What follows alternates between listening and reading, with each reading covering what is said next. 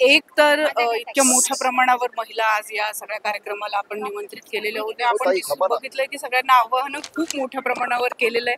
महिलांचा उत्साही खूप होता. पण मुळात ही कल्पना आली कशी, या योजनेची निर्मिती झाली कशी? मुख्यमंत्री माझी लाडकी बहीण ही योजना, खरं तर ही संकल्पना सर्वात पहिलं 6 महिन्यापूर्वी ही चर्चेत आलेली होती. त्याच्यामुळे अगदी बारकाईनं ही योजना तयार करण्याचं काम हे विभागाच्या माध्यमातून आम्ही करत होतो. आणि सुदैवाने अर्थसंकल्पामध्ये अजितदादांनी या योजनेची घोषणा केली. राज्याचे मुख्यमंत्री एकनाथ शिंदे साहेब असतील, फडणवीस साहेब असतील, यांचं आम्हाला वेळोवेळी मार्गदर्शन मिळत राहिलं. मंत्रिमंडळातील अनेक सहकार्यांनी सुद्धा मार्गदर्शन केलं.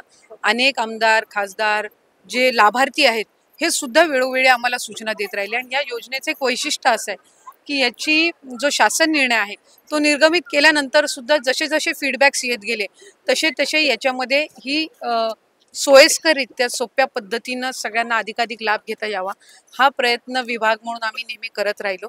आणि आज साधारणपणे पहिल्या टप्प्यात 1,08,00,000 महिलांना डीबीटी झालेला आहे. त्याच्यामुळे त्याचा एक विशेष आनंद नक्कीच आहे. मोठी संख्या ही खरं तर पैशांची पण आहे. महिलांच्या हातामध्ये जेव्हा हे पैसे येतील तर ह्या लिक्विडिटीचं नक्की महिला काय करतील याचं काही असेसमेंट डिपार्टमेंटने केलेलं आहे का? खरं तर आम्ही जो अंदाज घेतला किंवा अनेक महिलांसोबत आम्ही संवाद साधला, बऱ्याचशा महिला बचत गटामध्ये कार्यरत आहेत.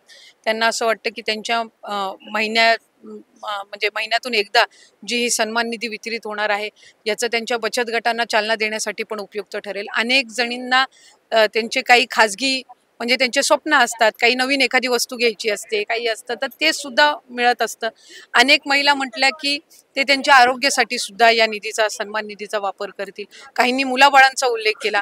आणि विशेष म्हणजे अशा काही तरुण म्हणजे अविवाहित स्त्रिया सुद्धा आम्हाला भेटल्या की ज्यांची अनेक स्वप्न अपूर्ण राहिलेली होती. त्यांना काही गृहिणी असताना किंवा ते शिकत असताना त्यांना काही एक्स्ट्रा क्लासेस असतील किंवा एक खेळाडू आम्हाला भेटली होती. तिचं म्हणणं होतं की मला कराटे क्लासेस जॉईन करायचे पण महिन्याची फी भरण्या एवढी माझ्या घरातली आर्थिक परिस्थिती सक्षम नाही.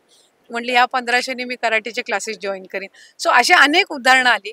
एक मोलकरीण आम्हाला भेटली. ती म्हटली की माझ्या महिन्याचा पगार 3,000 आहे आणि हे 1500 मिळाल्यानंतर म्हणजे तो 3,000 मी राखून ठेवून 1500 मध्ये माझा घर खर्च चालू शकतो. म्हणजे असे वेगवेगळे उदाहरण आम्हाला ऐकायला मिळाले. आणि खऱ्या अर्थानं या सन्मान निधीचं मोल एखाद्या महिलेच्या आयुष्यात किती असू शकतं याचं उदाहरण आम्ही या 1-1.5 महिन्यामध्ये अनेक पाहिलेले. पुढच्या आपण आशा करूया की पुढच्या काळामध्ये अशाच पद्धतीनं महिलांसाठी अनेक योजना तुम्ही राबवताल. आमच्या शुभेच्छा. धन्यवाद. थँक्यू.